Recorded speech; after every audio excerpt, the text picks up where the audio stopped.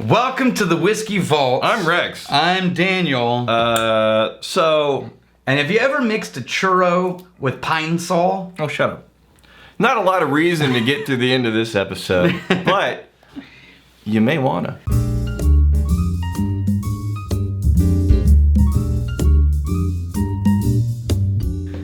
So, Rex, I hear you, brought gifts. You know what they call me?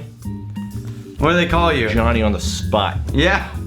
Bam. Really? Yeah, they got the organization down. Oh, yeah. Got it nailed, systemizations. So, And automation out the yin yang. Rex handed me this thing, and it says, for Mr. Whitington and Sir Williams, because reasons, you bastards, pronunciation is key. Right. Earn it. Now, I can only guess that this was sent by Martin Kevalahanderson. I think I pronounced it correctly, right? I think it's Kelvonder or Shelvonder, something like that. Martin, you magnificent bastard. Okay, so he actually had a note on one of these. Here's how long Rex has sat on this thing. Rex, what's the tag on that one little mini bottle say? See, I wrote this note on top as a reminder to me. Sent to Rex for elaborate reasons. Supposedly there's supposed to be this, this elaborate dance of shenanigans and pranking and whatnot. Yeah. And I read the email. I was like, cool, I got this, man. Yeah, we'll do that. And then the only thing I wrote on the box was sent to Rex for elaborate reasons. And then that was the end of that. That was. So yeah. what tag is on one of those whiskeys, Rex? Says, ho ho ho, Merry Christmas. Busted. Okay, so What do we got here? Two things in 3 glasses. This is the Copper Dog Craigellachie blended malt. Okay. I'm kind of excited. No, this was a gift one, I think. So this is what he wanted us to try. Mm-hmm. This is Glenn Svenska. And Can we find the email? They're going to give me so much. I'll find the email. Find his email. I'm finding the email. Eldvatten Glen blended malt Scotch whiskey. So this is a blended malt. It's a Scotch whiskey, though. Well, evidently. Okay. But it's confusing. I will tell you, we both, there's 2 of these, so we'll split one and then see if we want to open the other. That came up, the first one. Kelvonder. Yeah, Martin Kelvonder. Shelvon, that's not Kelvonder. Shelvonder. Martin Shelvonder. Like that. What does he say? Well, he's active in the tribe. Yeah. So now I'm going through hundreds and hundreds of tribe stuff. Oh. Oh, to surprise Daniel. Okay. Got this. On the ball. Surprise me, Rex. On the ball. So timely. All right. Hey, sir, I sent you guys a couple of samplers. Got 2 of them are Swedish Firewaters, the Glen. Firewater Glen. It's independent bottlers.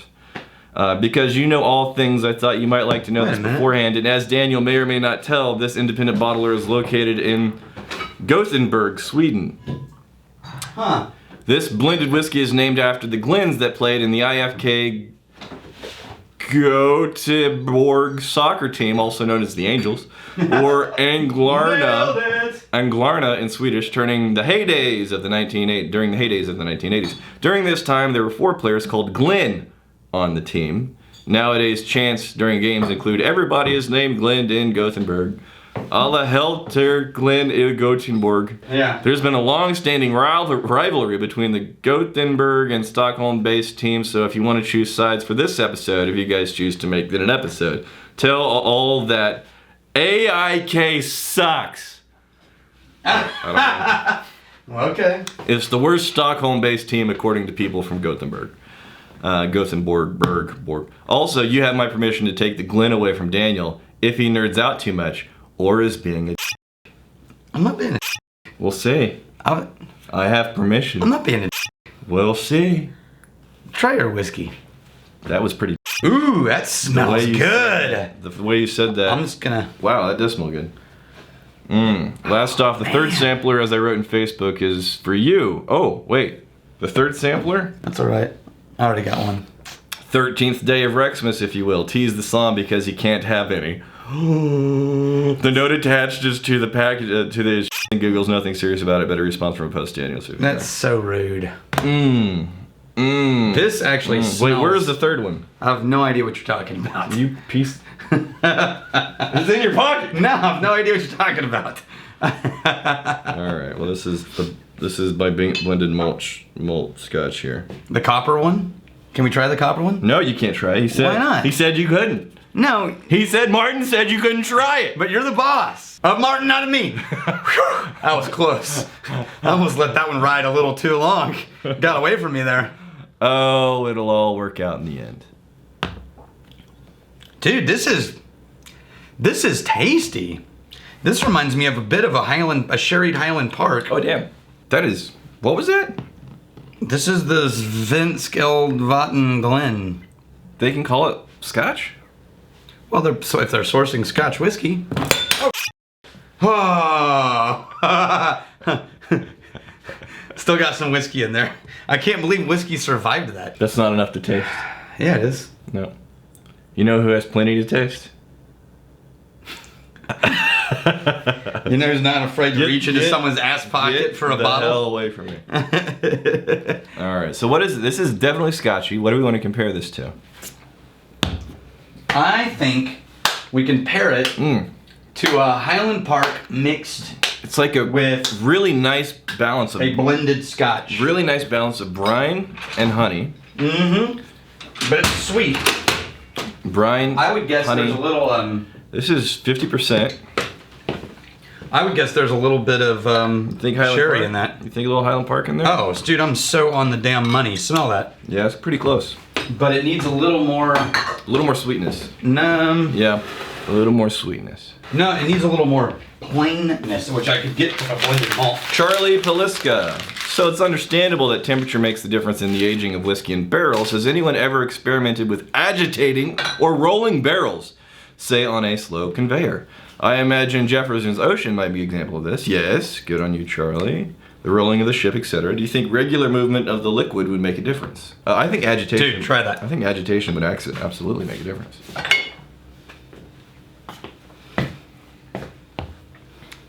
That's pretty close. This has a little bit more of a bite because I think that may be a slightly lower proof. So what I did was 3 parts Highland Park 12 and 1 part Black Bull, the budget line of the blend of the Space Side. Yeah, this is a 50%. That's like in the low 40s between the two of them. Mm-hmm. Yeah. What about the agitating of whiskey in barrels? Is that no? Black Bull's 50. Agitating of barrels. You can go too far with that. You got to be careful. Okay. But yeah, it would absolutely work. And yes, absolutely. The rotating of barrels is something that happens pretty regularly to make sure that as the whiskey quantity lowers, you don't end up with a dry side barrel. Oh, so they rotate the barrels. Yeah, they'll move, but not off. I mean, it depends on how dry the climate is. As a matter of fact, in some climates, you may even like kind of hose down barrels a little bit to keep them from drying out on the outside and cracking. Yeah. So we have that problem in Texas where if you aren't keeping the humidity level high enough in your barrel aging warehouse, the barrels will start drying and cracking from the outside. And then you end up with leaks because the exterior wood that's not in direct contact with the whiskey starts cracking. This really is an amazing whiskey. Yeah. It's actually a bit better than that. They're definitely very similar. But the bitiness I get from this, just go ahead and get it. I'll let you have the tiniest sip. No, I won't. I really won't. That's okay. You can't have some. I've got my own bottle right here. Is it this? Is it? Yeah, it's that. It's fine. Richard Gray, what are good non-peated scotches to start into that side of whiskey? Man, there's lots. So the Whiskey for Beginners episode is a good one. There's a few scotches in there. You haven't just saving that whiskey for later. that far down in your pants? Just making sure there's no way you're gonna go reaching for it. God, do you really want me to? Do you really want? Because you and I both know. You and I both know. You got bad boundaries. That's how we'll word it. Bad boundaries. What was he saying there? He's got the little bit of the scotches that are non-peated. Mm-hmm. Oh. I would say if you're looking for unpeated, start with Spaysides because they're going to be sweeter. So if you're not used to Scotch yet, you're probably used to sweeter whiskeys like bourbons and Irish. Right. So you may want to go to the gateway of a sweeter whiskey. Mm-hmm. Now there's always a chance that you may go straight to a peated whiskey and just realize what you've been missing. Don't pass that opportunity up to give it a shot. But if it turns do it you with like a off- Talisker or Tobermory or some. Oh, not Tobermory. That's under. But if that turns you off, don't neglect them. Don't forever. run away. Just work your way up to it. Non-peated whiskey. You're talking space. Just go space side and get some unpeated. Either Glenrothes. Glenfiddich is very readily. If you want a available. little more oily Scotch, but that's unpeated, get Auchentoshan, Yeah. 12-year. Get Tobermory. It's an unpeated island whiskey. Deacon Bob Montelongo. Mm-hmm. That's a name. Yeah, serious. I posted a question on the tribe that I would like to hear your answer to. He's talking about the Whiskey Tribe community. There's more information at whiskeytribe.com. I was wondering if there's a whiskey you would not buy because of a reason other than taste or price. Example, Lafroig 10's cork disintegrates, leaving a little cork floaties in the whiskey. I like Lafroig, but it's not making me want to buy another. Don't go with that, man. If one bottle's disintegrated, that's not an industry distillery problem. It's a hit or miss thing across a lot of whiskeys. That just means it sat upright in the shop for so long that the cork didn't get dampened regularly enough, it dried out. And so what that actually means is probably the shop you bought it from, people are not buying Lafroig at a regular pace. Because it sat on the shelf for too long. The bottle that I've seen have the most consistent cork problems. Cork problems? Really? You have one that has cork problems? Bullet bourbon. Really? Yeah. I don't drink enough Bullet to recognize that as It's an not industry just problem. me. I've seen people posting. Wow. It's probably happened about 6 or 7 times now. Wow. Yeah. That is a thing. 6 or 7 times. Not for me, but Right. I've seen 6 or 7 times people posting the tribe, and it's happened once for me. Yeah, I don't think I have a bottle that just, no matter what it was priced, that I'd be like, nope, never gonna touch it. There are bottles that I don't like the whiskey inside, and I'm like, nope, never drinking that again. So he sent 3 things. We tried. You know what we need to try Jeffrey Patron, the patron saint of whiskey. He sent one that he said, this is sort of a joke. Now, Jeffrey, why would you do that to us?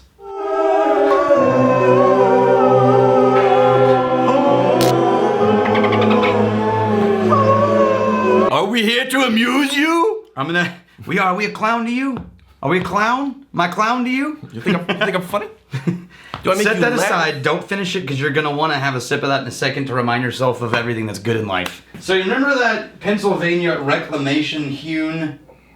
Pennsylvania Reclamation The Human one that Whiskey. just tasted like licking a pine sol barrel? It was so freaking green. Sure. It was just like the funkiest thing. He sent us another whiskey from that distillery. All right. It's called Dark Hollow. Now... No, you haven't tried this. No. This was a full bottle. Yeah. You're already saying... No, I'm just saying I'm unflattering nervous. things. Oh, okay. So this is made with heirloom corn in Pennsylvania. Yep. We got that, He's using those damn barrels. yeah. Same thing as hewn.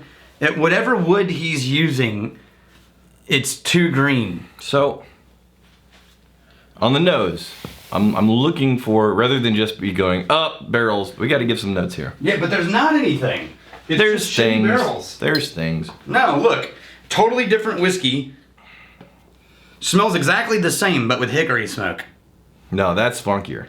I mean, Well, the hickory smoke made it worse. directionally, yes, but this goes further down that sour, funky Yeah, path. and this is the malt. The heirloom corn sweetened out the funk. It sweetened out the funk, But it's still funk. funk is still there. There is the funk, but it's much more decent than the other one. It's thin, it's sweet, the funk is there, but compared to the thing you just That's put, really cinnamon. compared to the thing you just put under my nose. Is this our second episode? This is what this reminds Is me this of. the longest episode on the history? It might be. This is Friday. But- We're just kind of lounging. Wait, this is Friday. This is Friday. Oh, We're just lounging. okay. But tomorrow's coming. It's Friday, but tomorrow's coming. No, this is, to me, this is a churro with a pine note accent. Fair enough. I don't like it. All right. You know what I realized with the shaking of the leg thing, you know what it reminded me of? You remember Romancing the Stone? Jimmy leg? When he shakes the giant emerald down until it lands on his boot. Yeah. And then he just hucks it, and the guy goes to grab it, and the alligator bites his arm off. Right. And then he dives into the water after the alligator, or the crocodile, I mean. Mm-hmm. Yeah, those are good. 80s movies were the best. So aging ourselves. All right, here's to fighting, stealing, and drinking. If you fight, You want to get that? No. Actually, no, I really don't. I don't think I heard anything. It's your vault. No, I didn't hear anything. I have no idea. I have no idea what you're talking about. It's your vault. You need to get that. No, there's no, there was no noise. Daniel, I don't think we can wrap the show until you get the door.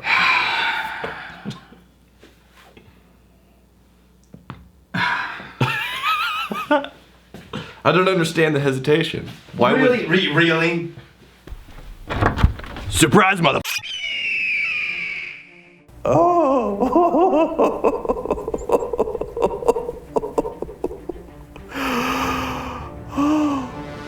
11 a.m. tomorrow morning. Live stream on the Whiskey Tribe channel. But before that, I have a delicious little treat for all of you magnificent bastards. 9 a.m. A video. Watch it.